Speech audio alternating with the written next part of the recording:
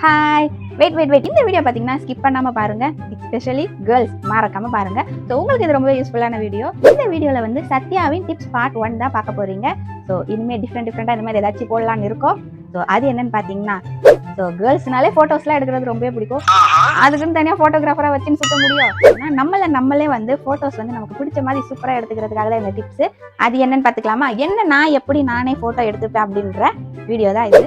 So அதுக்கு நம்மளோட பேக்ரவுண்ட்லாம் நல்லா செட்டப் பண்ணிட்டு ஒரு ஏரியாவில் நல்லா செட் ஆகிட்டு, ஸோ இப்போ பார்த்தீங்கன்னா நம்ம செல்ஃபி கேமரா ஆன் பண்ணி வச்சுருக்கோமா, வீடியோ வந்து ஆன் பண்ணி வச்சுருங்க. அதுக்கப்புறம் போயிட்டு இப்படின்னு உங்களுக்கு என்னென்ன போஸ்ட் வேணுமோ அதெல்லாம் கொடுத்துடலாம். ஓகேங்களா? இப்போ நம்ம இந்த எடுத்த வீடியோல இருந்து நம்ம போஸ்ட் கொடுத்தோம்ல, அதை வந்து ஃபோட்டோவா எப்படி கன்வெர்ட் பண்ணிக்கலாம் அப்படின்றத ஸ்கிப் பண்ணாமல் பாருங்க. ஓகேங்களா? அண்ட் இப்போ கேலரியில் போயிட்டு நம்ம ஷூட் பண்ணி வச்சிருக்க வீடியோவை செலக்ட் பண்ணிட்டு வீடியோ கீழே இருக்க எடிட்ன்ற ஆப்ஷனை செலக்ட் பண்ணிக்கணும்.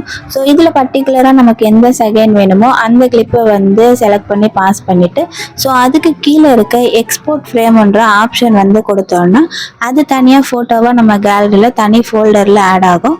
ஸோ இப்படி நமக்கு தேவையான ஒவ்வொரு கிளிப்ஸையும் நம்ம வந்து எக்ஸ்போர்ட் ஃப்ரேம் கொடுத்து ஃபோட்டோவாக கன்வெர்ட் பண்ணிக்கலாம். ஸோ இது பார்த்திங்கன்னா ரொம்ப பெரிய ப்ராசஸ் தான். பட் இது பார்த்திங்கன்னா நமக்கு ரொம்பவே யூஸ்ஃபுல்லாக இருக்கும்.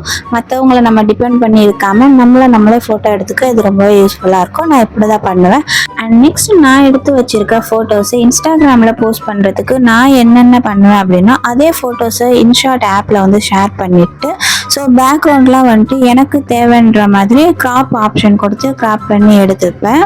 அண்ட் கிராப் பண்ணி முடிச்சதுக்கப்புறம் அதோட ஃப்ரேம் சைஸ் எவ்வளோ வேணுன்றதையும் அப்படியே அட்ஜஸ்ட் பண்ணிப்பேன்.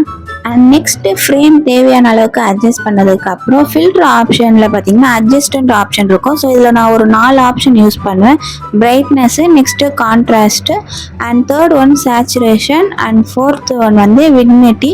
ஸோ இது 4 ஆப்ஷனும் வந்துட்டு எனக்கு வந்து மேலே ஃபோட்டோஸ் வந்து வியூ பண்ணிவிட்டு, ஸோ ஒவ்வொரு ஃபோட்டோஸ்க்கும் எவ்வளோ இது வேணுமோ ஸோ அது மாதிரி நான் அட்ஜஸ்ட் பண்ணி அதையும் நான் வந்து சேவ் பண்ணிப்பேன்.